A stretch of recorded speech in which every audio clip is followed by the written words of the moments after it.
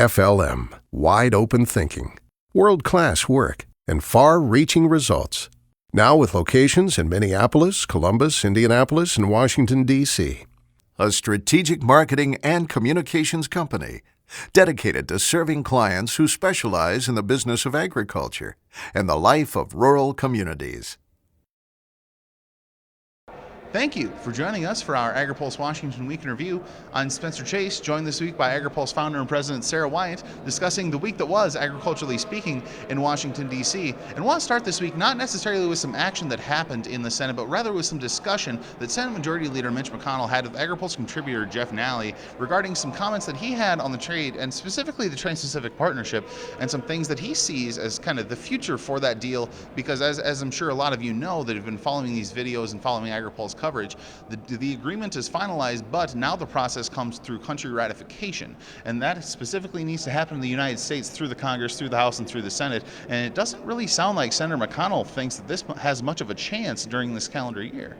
No, absolutely not. And I have to say that I'm really proud. Our team had so many interviews with lawmakers this week, and people will be able to hear the whole interview on open mic with Majority Leader McConnell on Sunday. But Jeff talked to him about how the presidential conversations right now, with so many candidates bashing trade in general and TPP specifically, has really poisoned the atmosphere, the political environment for getting anything done. And he is very, very pessimistic that anything could happen yet until after as we go into 2017. So I think that McConnell's comments on that express a lot of frustration for people who do want to see the deal maybe modified a little bit, but they know the importance of trade for American agriculture, and they'd like to see something done, but his descriptive word, I think, was bleak for the outlook of TPP passage anytime soon. And getting him to throw his weight behind the agreement was going to be kind of a rough road to climb in the first place. As some of you may know, there's some tobacco provisions in the bill that are in the agreement, that he came out from the start basically and said that he was not in favor of those provisions, and so he might be looking to do something legislatively in that regard. But if the leader McConnell is not behind this agreement, that's really going to make it tough to do it, because a lot of folks have been saying this is a lame duck issue, because there just wasn't the prospect to get that done before the recess in the middle of July. But even now in the lame duck, it's looking like that might be more and more difficult to accomplish. Absolutely. I think it's going to be a very strong uphill climb for anything on TPP yet this year. You mentioned tobacco. Also, the pharmaceutical industry has been very cautious about calling for some much needed changes. And so without some further revisions, we don't feel very optimistic, but there can be some revisions made. There is still time, as you pointed out. TPA goes for 6 years, and so there's additional time to get this done. And want to shift gears a little bit here and speak on an issue that is very familiar to all of our readers, the issue of biotech labeling or GMO labeling, depending on the terminology preference that you have. Either way, there's been a long-standing battle in the Senate over this issue, and that issue continued this week. Discussions between both Senate Ag Committee Chair Pat Roberts and the ranking member Debbie Stabenow had some interesting comments that both of them made to the National Association of Farm Broadcasting, as well as the North American Agricultural Journalists this week. Both organizations were in town, but really it sounds like it's kind of a he said, she said at this point. Senator Pat Roberts is saying we're waiting for a proposal. Senator Debbie Stabenow is saying I've got a proposal out there, and that's the proposal that we're going to get. But the moral of the story is no bill for GMO labeling this week out of the Senate. No, we're not expecting anything in a very near future, Spencer. But the good news is that discussions are continuing. They are surfacing some additional issues to try to do the political math here, and that is, how do you get to 60 in the Senate on a biotech labeling bill? And Senator Stabenow has made it very clear that she has some different provisions that she'd like to see included.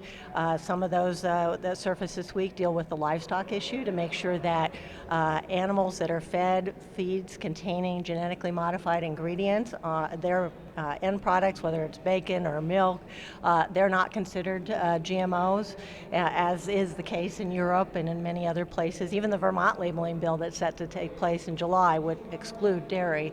So that's one of the issues that they're trying to work on. We talked to, as you said, both Ranking Member Stabenow and Chairman Roberts. They get along famously on a lot of issues. This one seems to be dragging on and on longer than most people would have expected. but they are still going through a lot of discussions and trying to figure out, okay, if there is disclosure, which looks increasingly like there will be mandatory disclosure on the Senate side, what does that look like? Is it front of pack label? Is it a QR code? Other issues like how do you define biotechnology? Is it the genetically modified crops alone, or could it be other things like gene editing, which are currently beyond the scope of the regulatory system right now? There are so many different details, as they say. That's where the devil is. Yeah, and a lot of those details still being worked out at this point. Senator Stabenow said to NAFB members that this has become basically the most difficult issue, or one of the most difficult issues she's ever worked on in her time in legislative work.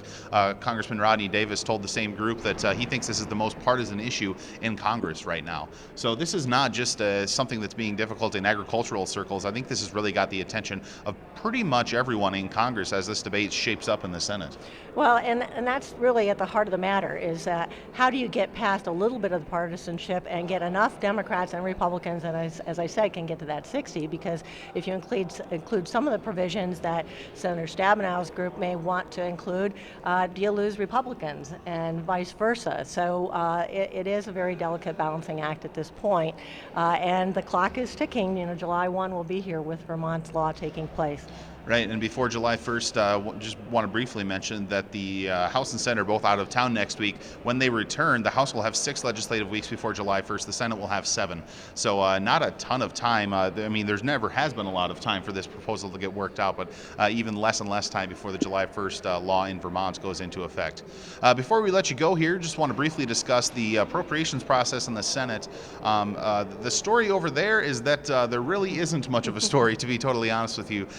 The energy and water bill was on the full floor of the Senate this week and just could never get over that 60-vote hurdle to get the bill some consideration. So they go into this recess having not accomplished too much as far as the appropriations process is concerned in the Senate. No, and that's been frustrating because there was some expectation that this one could move, and it got tied up over a lot of back and forth over Iran nuclear deals, and so it got bogged down, much to the dismay of Senator McConnell, who has also taken a lot of pride in trying to go through regular order and pass these all respective appropriation bills this year. They did, however, Spencer, do a very, very important thing in the Senate, and that is that they have now decided that the bison is the national mammal. And for all my relatives in North Dakota state and state of North Dakota, we're real proud of that. Yeah, the jackrabbit blood in me boils when I hear that news. But I suppose good for the bison folks. They can have that bit of information. We'll just do our best to take care of them in the football season. But that's another issue for another debate. But I think that's going to do it for the discussion that we're going to have on the Washington Week in Review this week. For Sara Wyant, I'm Spencer Chase. Have a good one.